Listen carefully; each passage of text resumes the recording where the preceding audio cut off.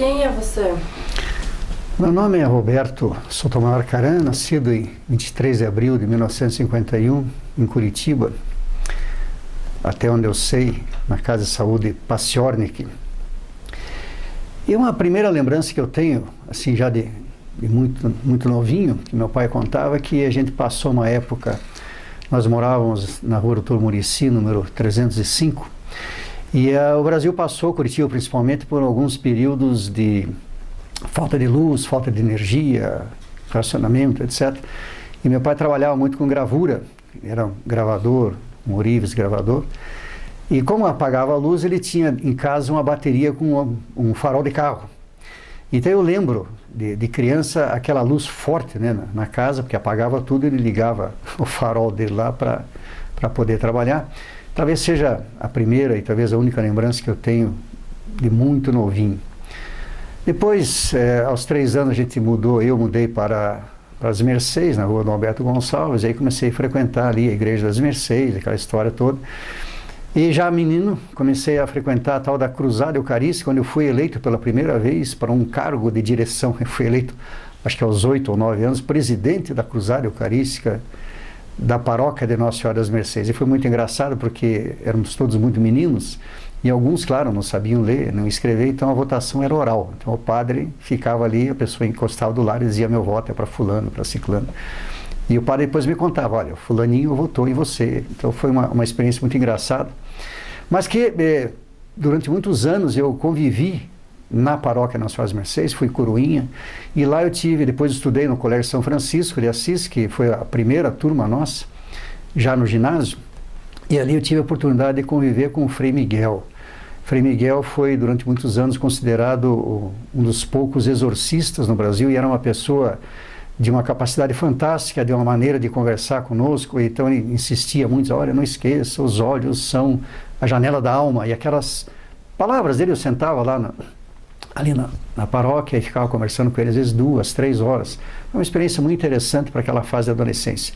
Eu saía de casa cedo, ajudava as missas. Naquela época se rezava a missa todos os dias, existiam aqueles altares laterais na igreja, e todo padre tinha que rezar uma missa. As missas eram ainda em latim.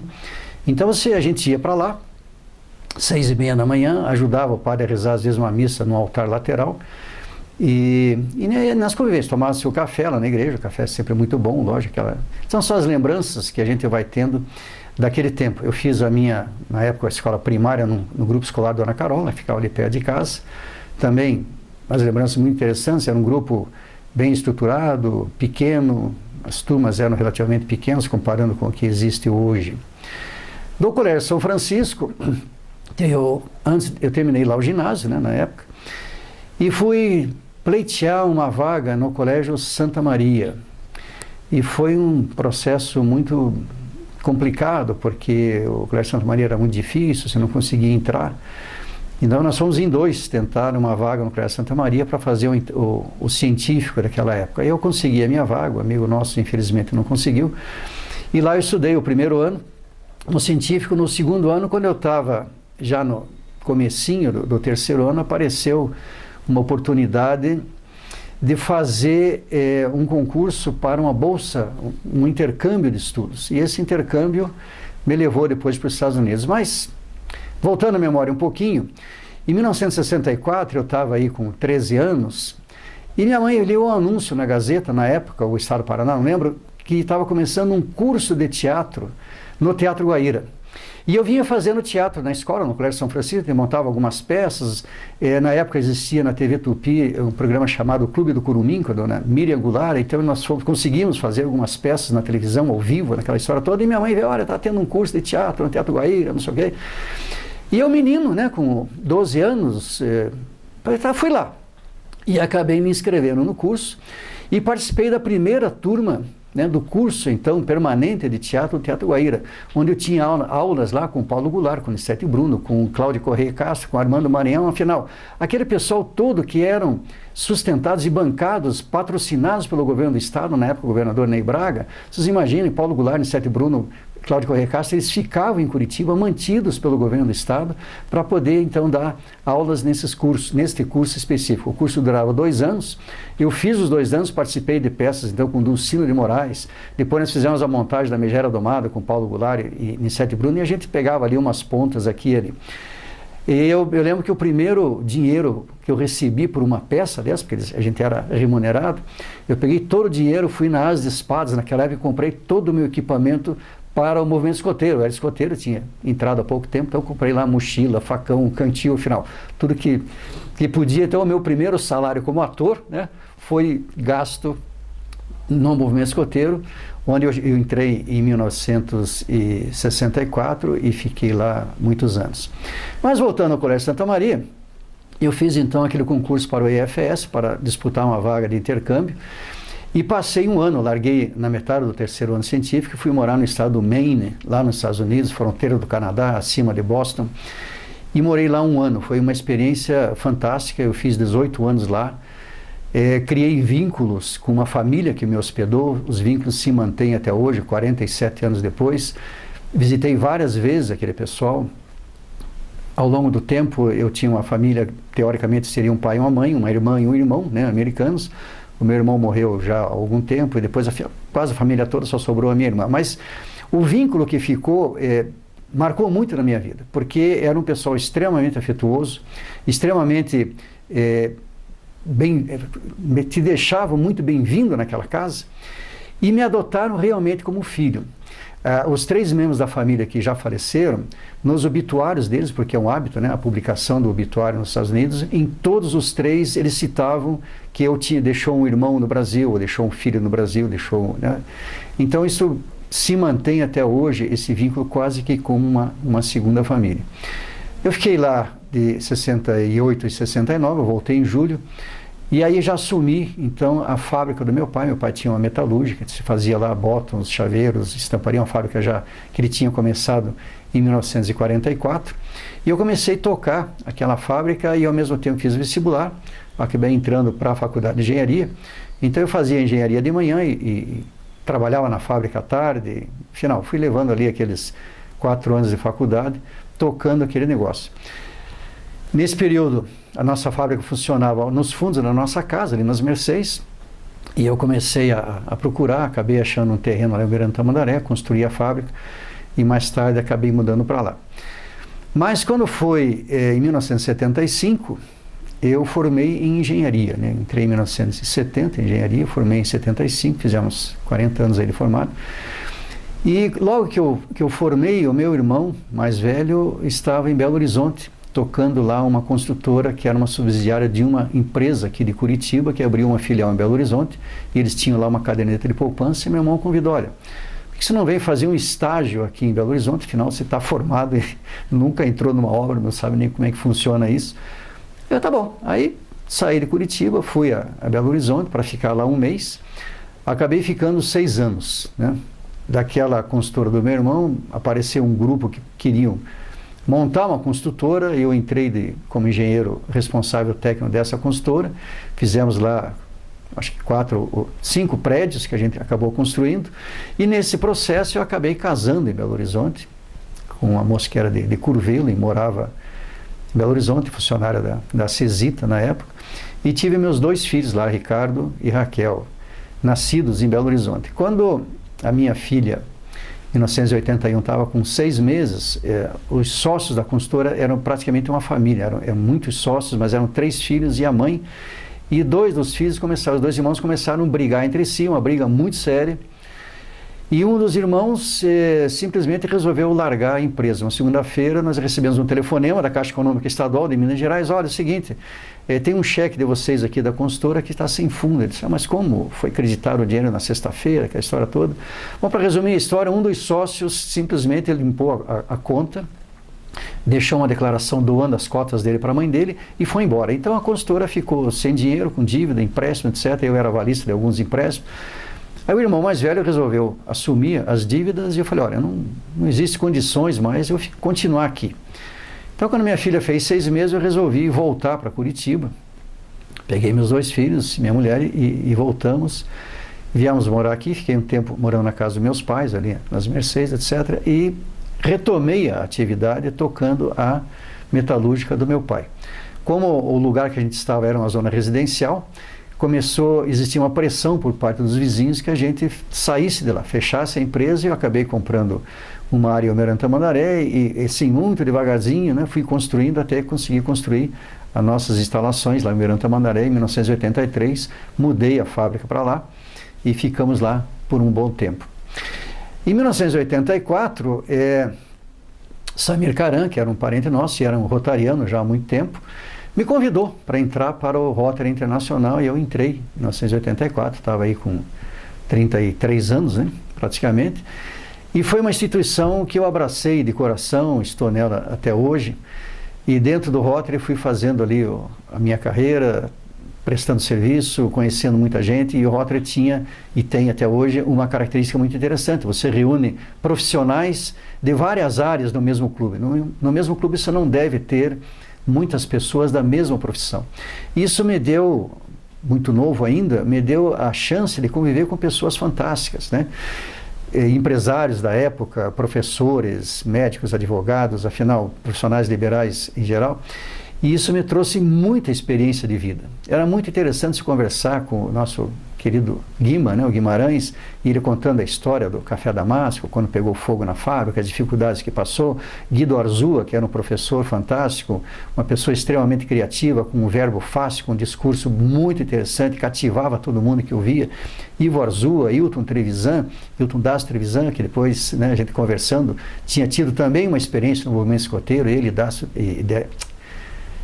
o irmão dele, Dalton Trevisan, e aí eu fiquei sabendo e pude ver e estudar um pouquinho os diários que eles escreviam das jornadas. Então se imagina um diário escrito por Dalton e Hilton Das Trevisan, contando as suas jornadas, que andava a pé tantos quilômetros, ele escrevendo aquele negócio todo. Foi uma experiência fantástica esse início de carreira dentro do Rotary, onde eu vim a ser presidente do clube em 1990-91, e depois vim a ser governador de distrito no ano 2001 e 2002. Em 1988, através de um companheiro nosso que já faleceu, eu fui convidado então a entrar na maçonaria.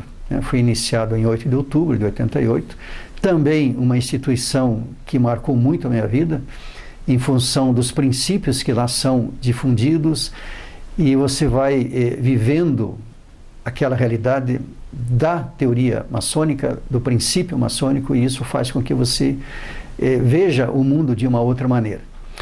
Nesse meio tempo, eu acabei, através de alguns conhecidos, montando a primeira associação de microempresas do Brasil. Ela foi fundada aqui em Curitiba, mas o presidente dessa associação participava de uma entidade chamada CVV Samaritanos e me convidou para fazer um teste lá no CVV Samaritanos, que é uma instituição que existe até hoje, uma instituição internacional, onde você tem lá uma linha de telefone para prevenção ao suicídio. Então as pessoas ligam em fases difíceis de depressão, quando estão pensando no suicídio, ou às vezes nem tanto, mas estão precisando de um ombro. Então durante 1 ano e meio eu dei plantão no CVV Samaritanos, uma vez por semana, e ficámos lá durante 3 horas atendendo as pessoas que ligavam. Naquele tempo nós não tínhamos ainda o plantão 24 horas, como outras cidades como São Paulo já tinham, então era muito concentrado, as pessoas ligavam naquele horário. Foi uma experiência também fantástica desse contato com a dificuldade das pessoas, como é que eles estavam administrando a vida, você ter esse contato direto com a solidão em épocas de festas, né? Natal, Páscoa, Ano Novo, etc. Você recebia aqueles telefonemas, tipo assim, 2 horas da manhã, a pessoa se queixando que estava sozinha, né? Que os filhos não estavam lá. Isso foi moldando, né? Com certeza deve ter moldado muito da minha personalidade, no sentido de você tentar se colocar no lugar do outro. Apenas a título de explicação, o CVV Samaritanos nasceu na Inglaterra. Uma vez um pastor foi atender um velório de uma menina de 14 anos, e aí, quando estava ali, e descobriu que ela tinha se suicidado, e aí ficou aquela história, mas puxa, por que uma menina de 14 anos vai se suicidar? Aí conversando com a família, ele descobriu que a menina tinha tido lá o período menstrual dela, né, retardado, mas o primeiro período menstrual, e ela se assustou com aquilo, imaginou que estava com uma doença terrível e acabou por não conseguir conversar com ninguém, ela acabou se suicidando. Ela falou, poxa, se essa menina tivesse tido a chance de conversar com uma pessoa antes, talvez ela não tivesse se suicidado. Montou na paróquia dele lá, na igreja, um escritóriozinho para atender pessoas que quisessem conversar. Como vieram muita gente, ele pediu para alguns jovens da universidade ali que ficassem atendendo essas pessoas na fila, servindo chá, inverno, né, uma bolachinha, etc. E ele percebeu que as pessoas vinham na fila, começavam a conversar com um desses estudantes, tomavam um chá, uma bolachinha e iam embora. Então ele percebeu que essas pessoas, elas querem apenas a oportunidade de poder conversar com alguém. E daí nasceu esse programa fantástico, mundo todo, o Brasil hoje, muitas cidades já com 24 horas de atendimento, chamado CVV, Centro de Valorização da Vida.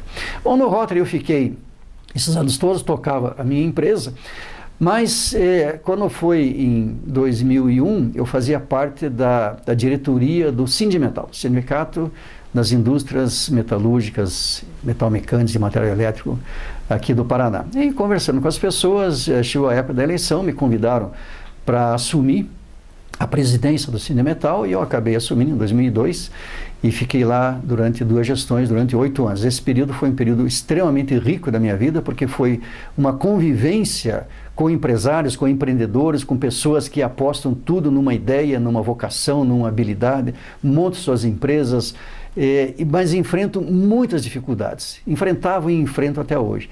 E me deu a oportunidade também de você começar a negociar com os sindicatos de trabalhadores, né, dos metalúrgicos aqui de Curitiba. E isso acabou me mostrando um outro mundo, né, que nem sempre é um mundo assim tão aberto, tão correto, né, tão exposto, as coisas às vezes são... Mas foram experiências principalmente de aprender a negociar. Negociar, defender interesses e entender interesses também. Foram 8 anos de uma vivência muito grande e nesses 8 anos eu tive a oportunidade de viajar um pouco, visitando feiras na Europa, etc. E também aí veio uma experiência internacional muito grande que me ajudou demais em termos de Rotary. O Rotary mantém um grupo de pessoas no mundo inteiro, são em torno de 50 pessoas que atuam nos eventos internacionais do Rotary. Então você tem a Convenção Internacional, que reúne os rotarianos do mundo inteiro, e tem a Assembleia Internacional, uma vez por ano, que faz o treinamento dos governadores, né, que vão assumir os seus cargos. E eu acabei sendo convidado a participar desse grupo. Então foram também vivências muito gratificantes de você conviver com pessoas do mundo inteiro. Você pega uma convenção de Rotary, como, por exemplo, em Bangkok, onde tinham lá 40 mil rotarianos, né, da Ásia, das Américas, da Europa, afinal, do mundo todo, culturas diferentes que tem que conviver e a gente trabalhando nessa comissão, dando apoio a esse pessoal. Muitas vezes servindo de intérprete para os brasileiros e portugueses, outras vezes ajudando até em termos médicos, né? A pessoa tem lá, passa mal, a gente que atendia, levava para o médico, etc. Coisas desse tipo. Era uma equipe de apoio muito coesa, muito interessante, de pessoas dedicadas, voluntários, que estão constantemente em atuação no Rotary. Já fazem aí 10 anos que eu participo desse grupo e tem sido muito gratificante essa experiência. Quando foi agora em 2010, bom, falar um pouquinho dos meus filhos, né? Eu tenho 2 filhos, a Raquel, advogada, trabalha aqui em Curitiba, montou seu próprio escritório, e meu filho foi fazer um mestrado, ele formou em engenharia, depois fez matemática, foi fazer um mestrado em física aqui em Florianópolis e foi fazer um doutorado na USP, mas da USP ele conseguiu um período para estudar na Alemanha, na cidade de Dresden, ficou lá 2 anos fazendo o doutorado, voltou para a Alemanha através de uma bolsa de uma instituição alemã para fazer o pós-doutorado dele em Hamburgo. Quando eu estava terminando o pós-doutorado, apareceu a oportunidade de disputar uma vaga, e ele disputou e conseguiu uma vaga de professor na Universidade de Copenhague, na Dinamarca, onde ele está lá até hoje. A minha filha fez o mestrado dela na Europa também, ficou lá um tempo, voltou, montou seu escritório, e os 2 me deram, cada um, uma neta, né? Então eu tenho uma neta na Dinamarca, hoje com 10 meses, e uma neta aqui em Curitiba, que fez 1 ano agora, em novembro de 2015. Claro, netos são a nossa continuação. No Rotary eu tive a oportunidade de acompanhar 2 grupos. O Rotary tinha um programa chamado Intercâmbio de Grupos de Estudos, então você acompanhava 4 jovens profissionais, né, não empresários, mas profissionais, e eu fui as 2 vezes para a Índia, levando esses dois grupos. E na Índia você acaba aprendendo algumas coisas que te marcam demais. Então, algumas coisas que eu vivi na Índia que marcaram, por exemplo, uma vez eu estava num trem, num vagão de trem, e os trens, claro, eles têm porta de saída dos dois lados dos vagões. E eu estava ali com a minha bagagem toda, eu sabia que o trem ia chegar na estação, então naquela agonia, naquela ansiedade, né, de ocidental, com as minhas malas, eu perguntei para um senhor que estava ali do lado, falei, em que lado do trem fica a plataforma, né? Qual das portas que vai abrir? Ele olhou para mim e falou, quando você chegar lá você vai saber. Então você começa a ver que realmente a vida nossa, nesse mundo ocidental, comercial, industrial, a gente às vezes se preocupa com coisas que realmente outras culturas podem te mostrar que não é bem este caminho. Foram duas experiências muito interessantes, a gente acompanhava no primeiro grupo, nós tínhamos lá um professor, tínhamos uma professora, tínhamos um médico, e esse médico, o rapaz, ele ficou impressionado. Nós visitamos vários hospitais, porque tinha que acompanhar cada profissional na sua área. Então você começava a ver algumas coisas que hoje já se faz em outros países, mas na Índia, naquela época, as crianças doentes, elas ficavam na cama e a mãe ficava junto com a criança na mesma cama. E os parentes que vinham visitar, eles ficavam em volta daquele leito, cozinhando, levavam panelas, faziam comida, né? Então eles criavam todo um ambiente para que a criança então se sentisse apoiada, sentisse o carinho, sentisse o apoio daqueles parentes, para que isso ajudasse na recuperação. Foram experiências muito interessantes, de vivências, de culturas, né? Eu fiquei em duas áreas diferentes cada vez que eu fui, tanto que voltei depois à Índia, meio por minha conta, e fiquei lá uma vez, uma semana, numa coisa que eles chamam de hospital, mas para a gente era uma espécie de um lugar de descanso. Era um hospital que há 80 anos estuda o yoga de maneira científica. Então ele procura pesquisar o que cada posição do yoga faz com esse músculo, com aquele osso, com essa parte ou aquela do corpo. Então era uma semana de tratamentos alternativos, todos baseados no yoga. Foi muito interessante também já alguns anos atrás. Bom, em 2010, eu terminei a minha gestão no Sindimetal e resolvi, a convite de alguns amigos, me lançar candidato a deputado estadual aqui no Paraná. Claro, não fui eleito, né? Não tinha condição nem experiência, mas aprendi muito com aquela campanha muito pequena, muito simples que eu acabei desenvolvendo.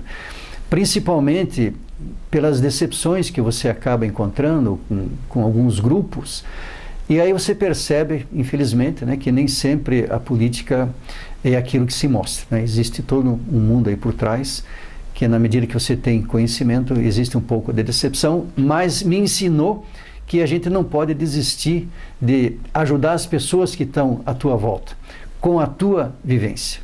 Então, a empatia, o exemplo, a maneira de respeitar os pensamentos dos outros, as posições de cada um, é que fazem diferença. Voltando ao CVV Samaritanos, rapidamente, a teoria do Centro de Valorização da Vida é a não diretividade.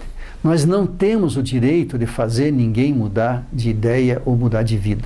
Então, se a pessoa, a intenção dela é o suicídio, ela tem esse direito. E aí, claro, o CVV tem toda uma técnica para você administrar isso, mas eu aprendi muito a respeitar o livre pensar, que faz parte do CVV Samaritanos e, de uma certa maneira, faz parte também da filosofia maçônica. Todos nós temos o direito de pensarmos e temos a ideia que quisermos. A pessoa tem o direito, eu tenho o direito de ter a minha ideia sobre aquilo, mas jamais nos é dado o direito de fazer com que a outra pessoa mude de ideia porque eu quero que mude. E assim as coisas aconteceram.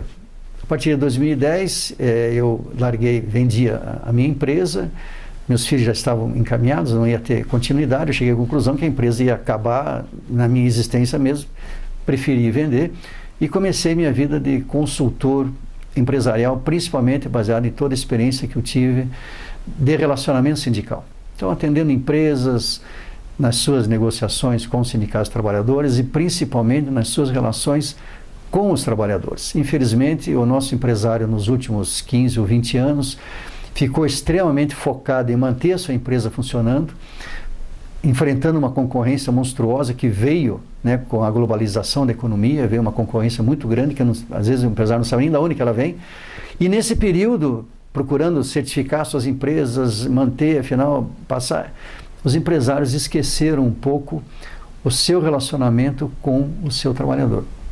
E é isso que eu venho fazendo, né? Procurando mostrar e montar programas de comunicação dentro da empresa, planos de emergência, de contingência dentro da empresa, para que essa relação entre o empresário e os trabalhadores seja um pouco mais harmoniosa, porque hoje o que se procura é a produtividade, a competitividade, mas também junto com isso você tem que providenciar e procurar ter sempre um ambiente o mais realizado possível para o seu trabalhador, para que ele se sinta confortável e esteja motivado naquela profissão que ele escolheu.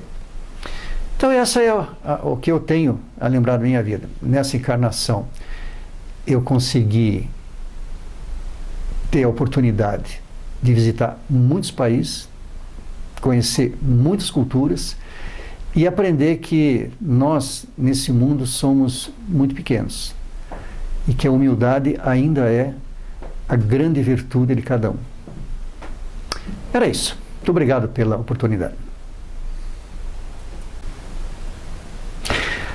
A propósito, a memória da gente, às vezes, ela vem em blocos, né, e algumas coisas acabam passando. Mas eu gostaria de falar um pouquinho mais, com a paciência dos que estão me vendo e ouvindo, sobre o movimento escoteiro, por exemplo. Eu tive uma vivência muito grande. Eu entrei menino lá, em 1964, fiz minha promessa escoteira. E o movimento escoteiro foi criado lá em 1907, na Inglaterra, por um general inglês, que na época era extremamente inovador no processo educacional. Educacional, no início do século passado, na Inglaterra era extremamente quadrado, né, muito rígido, formatado. E esse general veio com uma ideia que ele veio trazendo, que era o aprender fazendo. Então o movimento escoteiro funciona em pequenos grupos, né, chamado de patrulhas, e esse grupo ele é autossuficiente, ele tem lá uma liderança, cada pessoa ali vai fazendo aquilo que é designado, mas existe um princípio dentro do movimento escoteiro que é a educação continuada. Desde o primeiro momento que você entra no movimento escoteiro, até a sua vida adulta, você sempre vai ter alguma coisa nova para fazer. Então, quanto menino, nós tínhamos, por exemplo, as especialidades. Então, você estudava um determinado temas, que, por exemplo, cozinheiro, né? Cozinha. Então, tinha lá algumas provas que você tinha que desenvolver para que você adquirisse aquela especialidade, por exemplo, de cozinheiro. E outras, né? Tinham inúmeras e cada vez esse número está aumentando mais, apesar do método do movimento escoteiro ter mudado muito e evoluído nesses anos, mas o princípio continua o mesmo. E eu lembro que naquele tempo, né, nos anos 60, a gente reunia os meninos, se imagina, naquele tempo a gente saía, às vezes um grupo, uma patrulha aí, 6, 7 pessoas, nós saímos aqui no finalzinho da tarde do Curitiba, pegávamos um ônibus, íamos a Piraquara e andávamos quase a noite toda, né, até 10, 11 horas da noite, fazendo uma jornada noturna com lanterna, mochila, barraca, levava tudo. Depois, uma vez, nós dormimos numa igreja, que eu não lembro mais onde é que era, mas aqui ao redor de Curitiba, na grande Curitiba, em torno de Piraquara, por ali. E as igrejas tinham algumas barracas que eram feitas de alvenaria, que eles usavam aquilo para as feiras, para as quermessas, e nós dormimos dentro daquelas barracas lá. De manhã cedo, quando o pessoal veio para a missa, aí levamos uma bronca danada, o pessoal confundiu a gente com, sei lá o que, com baderneiro, que estava lá dormindo. Vocês imaginam, gurizada de 13, 14 anos, né, nesse tipo de atividade. Mas o que fazia com que a gente amadurecesse muito rápido e assumisse responsabilidades de uma maneira muito tranquila, muito segura, naquela brincadeira de jogos e atividades e acampamentos. A gente montava acampamentos, construía mesa, fogão, fizemos às vezes um acampamento aéreo, né? Fizemos uma estrutura lá de madeira, tudo amarrado com corda, e a gente dormia lá em cima, etc. Mas ao longo do tempo eu fui ficando mais velho no movimento escoteiro, virei chefe escoteiro, depois virei chefe do meu grupo escoteiro, que era ali na antiga igreja do Bom Jesus, chamava o Grupo Escoteiro Jorge Frassati naquele tempo, e acabei chegando a presidente da região do Paraná. E fizemos em Foz do Iguaçu um grande acampamento regional que reunia os escoteiros do estado todo. E quando eu estava lá no acampamento, né, organizando aquela história toda, veio a notícia de que o presidente Sarney estava em Foz do Iguaçu e ele ia passar a comitiva dele de ônibus ali por uma estrada em frente ao acampamento. Aí fizeram toda uma movimentação para que ele parasse, o ônibus lá parasse, né, em frente ao acampamento, Então foi um orgulho para todos nós naquele tempo, né? Saímos lá no acampamento, fomos lá fora e cumprimentar o presidente da República, que se dignou a parar ali por um tempo, nos fez uma mensagem, etc., e seguiu. Então são lembranças, mas principalmente do movimento escoteiro, a dedicação dos voluntários, dos chefes, sabem, se preparar para fazer com que o menino se sinta seguro, para que o menino realmente viva o princípio do aprender fazendo. Então ele vai aprender, ele vai errar, ele vai corrigir o erro, e isso é que vai moldando o caráter desses meninos. Até hoje o movimento é o mesmo, vem crescendo muito no mundo todo. Dentro da maçonaria, nós temos alguns princípios também que eu acho interessantes, principalmente a questão do respeito à pessoa do outro. A maçonaria parte do princípio que, na medida que você vai melhorando, tudo que está em volta de você, as pessoas que convivem com você, acabam melhorando também. Porque a tua relação com essas pessoas passa a ser de muito mais respeito, de muito mais consideração e muitas vezes de apoio que você vai ter dos outros e eventualmente você vai dar esse apoio aos outros também nos seus momentos de dificuldade, nos seus momentos, às vezes, de enfrentar algumas coisas na vida que acabam complicando um pouquinho. A maçonaria tem um profundo respeito pela liberdade do outro. Todos os grandes movimentos no mundo que trouxeram independências de países ou que combateram alguma tirania, há muitos séculos atrás já existia a participação da maçonaria. A própria independência do Brasil foi uma decisão de uma loja maçônica, né?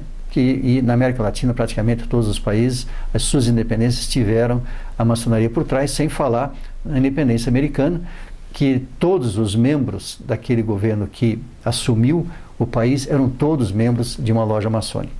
Então são esses princípios que você acaba percebendo aqui no Brasil, quando você viaja para fora, você vai para a Alemanha, vai para a Suíça, vai para Bangkok, vai para a Índia, vai para Taiwan, vai para qualquer lugar, e você convivendo lá com essas pessoas, você percebe que existe uma unidade na maneira dessas pessoas pensarem, tanto na maçonaria, quanto no Rotary, quanto no movimento escoteiro. Isso fez com que eu me sentisse muito bem nessa existência, porque eu tive a oportunidade de ser exposto a muitas pessoas que são grandes exemplos e a gente procura seguir tudo isso.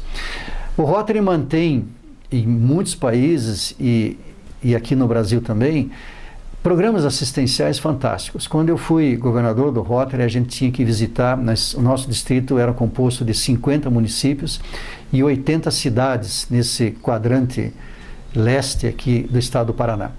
E a gente visitava todos os 50 clubes e era exposto e era apresentado aos projetos que esses clubes faziam.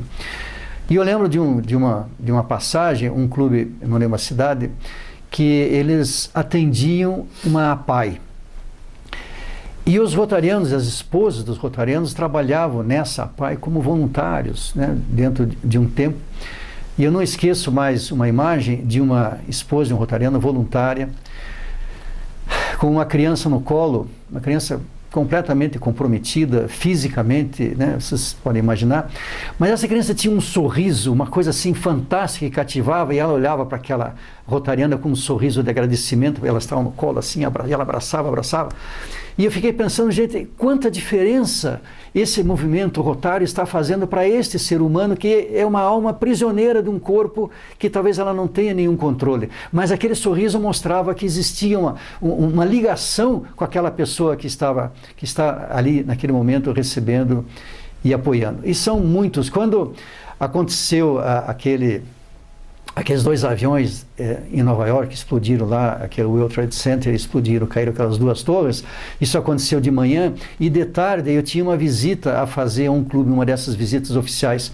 Eu saí de casa assim, extremamente chateado, falei, o que adianta, a gente é rotariano, está tentando propagar uma coisa boa, e não tem, esse mundo não tem saída, vocês imaginam esses dois aviões, fui com aquele sentimento extremamente depressivo e pessimista fazer a minha visita àquele clube. Quando eu cheguei no clube, eles me levaram para visitar uma instituição de apoio à terceira idade, ao idoso, que aquele clube mantinha. E aquilo fez uma mudança radical na minha maneira de lembrar daquele fato que tinha acontecido de manhã. Falei, aconteceu mesmo, os aviões foram lá, derrubaram, gente morreu, mas aqui, era um clube em São José dos Pinhais, eu estava ali vendo idosos que tinham acabado de fazer uma reforma naquela instituição, aquele sorriso, então os idosos estavam dançando, eles tinham uma série de atividades que esses voluntários do Rotary estavam ali. Então foi uma maneira de você acabar sendo exposto a duas realidades muito opostas, né? Do terror, matando pessoas, e voluntários ajudando idosos que muitas vezes não sabiam nem de onde vinham, quem eram, mas estavam ali dedicando o seu tempo, as suas competências, o seu sorriso, né, o seu apoio àquelas pessoas. Então, muitas vezes na vida, a gente acaba se decepcionando com algumas coisas, mas se você avançar um pouquinho, procurar um pouco, você vai encontrar essas pessoas maravilhosas que estão aí fazendo tanto bem e ajudando tanta gente. Em todas as instituições pelas quais eu passei, eu encontrei essas pessoas. Aprendi muito com elas. E eu acho que nós todos acabamos passando por isso um momento ou outro na vida. Existem inúmeros acontecimentos na vida de cada um que nos marcam muito. Esses foram alguns dos que me marcaram. Meu pai nasceu em Araucária, o pai dele, meu avô, veio do Líbano, né, na época ainda a Síria, veio aventurar a vida aqui no Paraná. Meu avô casou com uma polonesa, e meu pai começou a vida de uma maneira muito difícil, no início meio na roça, depois veio para Curitiba, entregava jornais, mas era uma pessoa extremamente dedicada e começou um processo autodidata e começou a trabalhar numa pequena oficina que tinha ali na rua Doutor Muricy, de o senhor Eduardo Miller, um alemão. Ele tinha lá uma ourivesaria, então ele fazia algumas peças. Diz a lenda, meu pai contava, não sei se é verdade, que algumas das medalhas feitas para o Terceiro Reich na Alemanha foram feitas aqui em Curitiba. E eles tinham as matrizes daquelas medalhas, Cruz de Ferro, afinal outras medalhas, eram feitas nessa oficina que meu pai trabalhava. E ele lembrava que uma época, quando o Brasil entrou na guerra, a coisa começou a ficar meio complicada, esse senhor Eduardo Miller pegou uma forja e esquentou, matrizes eram peças de aço, né, que você tinha a medalha ali desenhada, e aquilo era estampado depois para fazer a medalha. E depois, numa forja, jogou aquelas matrizes todas de aço, e com uma marreta ele teve que destruir tudo para que não vissem, para que o governo brasileiro não percebesse que aquelas medalhas estavam sendo feitas aqui em Curitiba, no Doutor Muricy 305, onde era a oficina. Meu pai acabou comprando aquela oficina, e com dinheiro emprestado de um tio, etc. E afinal começou a sua vida de empreendedor a partir desse negócio que ele comprou, e depois cresceu. Na época, meu pai criou então a Joias Caran, que existia ali na Cruz Machado, e sempre foi lá. E meu pai tinha muito contato então com todas as joalherias de Curitiba, porque ele fazia gravura à mão. Na época não existia máquinas que fizessem isso. E não sei se vocês lembram, mas antigamente, quando a pessoa fazia bodas de prata, era acrescido na sua aliança um filete de prata. E esse filete, ele tinha rosas que eram esculpidas naquele filete. O meu pai fazia isso com um cinzel e um martelo, assim como se nós estivéssemos escrevendo alguma coisa no papel. Ele pegava o cinzel e o martelo naquela peça e ia esculpindo aquelas rosinhas e conversando com as pessoas, ele nem olhava mais para aquilo que estava sendo feito. E quando a peça ficava pronta, você ia ver, olhava os detalhes, eram rosinhas mesmo, folhinhas e pétalas esculpidas naquele filetezinho de prata. Hoje, claro, tudo isso é feito à máquina, né? Não existe mais a arte nesse trabalho, mas mostrava a sensibilidade desse meu pai. Existem inúmeras placas aí, nesse Paraná afora e no Brasil, que foram gravadas à mão por ele. Mesmo aqui no Palácio do Governo existem alguns quadros que tem a placa lá embaixo indicando que quadro é aquele, e foram gravados todos à mão. Era uma arte que vinha de uma maneira natural. Meu pai estudou um pouco de desenho, etc., né, naquela época, para poder fazer isso. Ele teve um irmão que infelizmente faleceu muito novo, e ele acabou abatido ali com a história. Foi onde eu entrei depois para poder ajudá-lo a tocar a fábrica que nós tínhamos ali nas Mercês. A minha mãe foi sempre uma pessoa do lar, né? Nós éramos em três meninos, e infernizamos muito a vida dela, com certeza, mas aos 40 anos ela resolveu voltar a estudar. E os filhos já estavam crescidos, e na época existia o tal, acho que era madureza, afinal, é uma coisa que a pessoa fazia algumas provas. Ela tinha parado no 2º ano do ginásio da época, então ela fez as provas todas que precisava. Eles tinham que viajar para o interior de Santa Catarina, que ia ter lá uma prova de matemática, viajava para não sei onde, que ia ter uma prova de geografia. E ela acabou fazendo essas provas todas, conseguiu o seu certificado de 2º grau, na época, né, ou de terceiro, não terceiro grau, mas de científico, no caso, ou clássico. Acabou fazendo um vestibular para psicologia e passou. Então minha mãe acabou se formando em psicologia já aos 45 anos de idade, um pouquinho mais, e trabalhou na profissão enquanto ela pôde, enquanto teve saúde, né, para isso, montou seu consultório. Então eu venho de uma família onde tanto meu pai, pelo fato de ter começado em profissões muito simples e foi um autodidata e criou e fez a sua empresa, construiu a sua indústria, criou sua família, e a minha mãe, que dedicou a família uma boa parte do tempo, e depois virou uma profissional. E na época, eu lembro, muito reconhecida, ela tinha um grupo muito interessante de pacientes, e as pessoas com quem a gente conversava tinham sempre uma palavra de carinho e de elogio à atuação profissional dela. Claro, os dois já faleceram, infelizmente, né, a vida vai continuando. Então a gente vai lembrando um fato aqui, um fato ali, que acaba fazendo aquilo que nós somos hoje. Claro que se eu ficar pensando mais um pouco, vão aparecer outros fatos, mas eu acho que já deu para complementar um pouco daquilo que já tinha dito lá na primeira parte. Então, muito obrigado de novo. Pois é, eu já agradeci 2 vezes, mas a mente da gente às vezes nos trai um pouquinho e ela acaba abrindo portas que estavam fechadas e algumas lembranças acabam aparecendo, e eu gostaria de compartilhar isso. A nossa loja, né, a Joias Caran, era meu pai, meu tio que faleceu, mas tinha um sócio nosso, tio Calil Caran Filho, que era uma pessoa muito conhecida naquela época. Ele era juiz de futebol, num período onde o futebol tinha uma existência um pouco diferente do que tem hoje. E esse meu tio, eu lembro que primeiro eu não entendia bem, né, o que um juiz fazia, né, depois descobri que ele corria junto com os jogadores no campo, com a história toda, a gente foi aprendendo essas coisas. Mas afinal, esse meu tio recebeu o apito de ouro aqui, que eu lembro, né, aqui no Paraná, como o melhor juiz de um determinado ano, mas ele passou alguns momentos muito difíceis. Eu lembro que uma vez, numa segunda-feira, nós chegamos na loja e na porta da loja tinha uma série de cartazes lá, falando mal dele, ameaçando, não sei o quê, e aquilo meio que abateu, né, um pouquinho, porque você começa a perceber que a tua exposição ao público está ficando meio complicada. E Calil tinha 2 filhas, né, 2 primas nossas, e uma vez ele tinha um papel que foi mandado para ele. Ele ia apitar um jogo naquele final de semana, e veio assim: Calil, você tem 2 filhas, né? Fulana e fulana. Então acho bom você apitar o jogo direitinho nesse final de semana, porque nós já estamos com uma arma no campo.